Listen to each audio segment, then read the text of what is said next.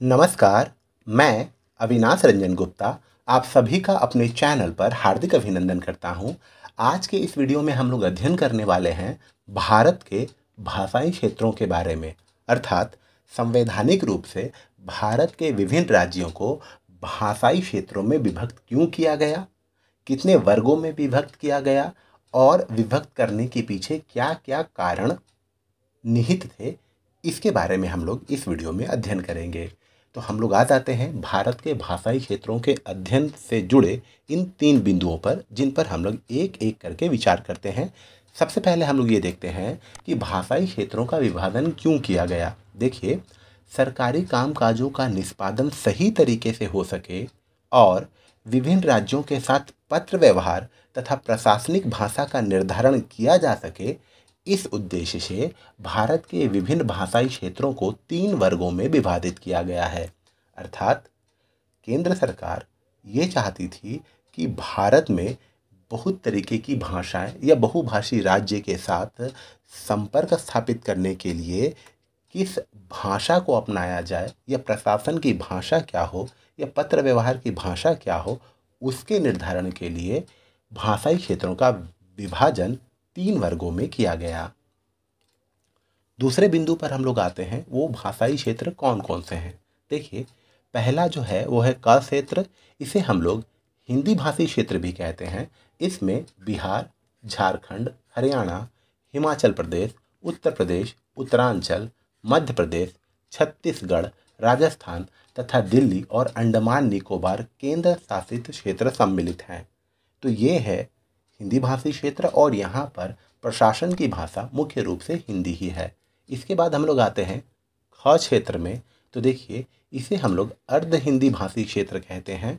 इसमें गुजरात, महाराष्ट्र, पंजाब तथा चंडीगढ़ केंद्र शासित क्षेत्र सम्मिलित किए गए हैं। अर्थात इसमें कुछ यूनियन टेरिटरीज हैं और ऐसे राज्य जो हिंदी समझते हैं, साथ ही साथ इस राज्य की अपनी भाषा भी है। और इसके बाद हम लोग आ जाते हैं ग क्षेत्र में, जिसे हम लोग अहिंदी भाषी क्षेत्र कहते हैं। और इसमें क और ख में निर्दिष्ट राज्यों के अतिरिक्त अन्य सभी राज्य और संघ शासित क्षेत्र इसमें सम्मिलित हैं। अर्थात इसमें आप देख लीजिए, ओडिशा आ जाएगा, बंगाल आ जाएगा, तेलंगाना, आंध्र प्रदेश, तमिलनाडु, केरल, ये सब राज्य इसमें आ जाएंगे।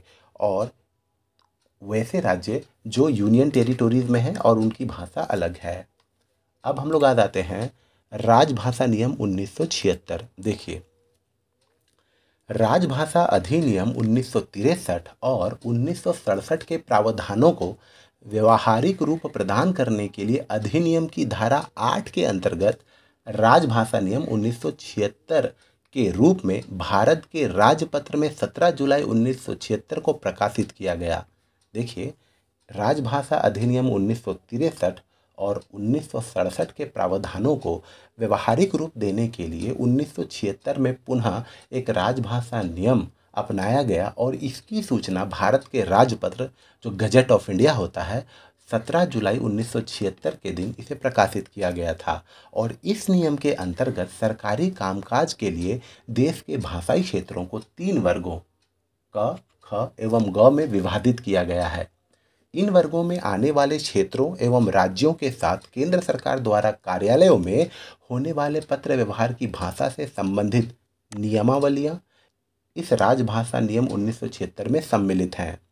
पत्र व्यवहार की भाषा के अतिरिक्त अन्य कई नियम भी इसमें शामिल हैं, जैसे कार्यालयों के नाम, सूचना पट, मोहरे, लेखन सामग्री आदि पर हिंदी और अंग्रेजी दोनों का प्रयोग किया जाए।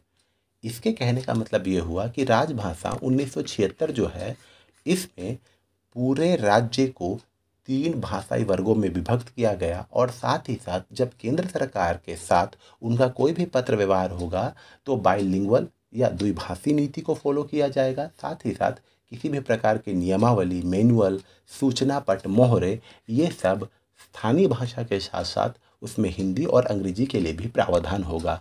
तो इस तरीके से हम लोग जान पाए कि संवैधानिक रूप से भारत के सभी राज्यों को 3 भाषाई क्षेत्रों में विभाजित किया गया है।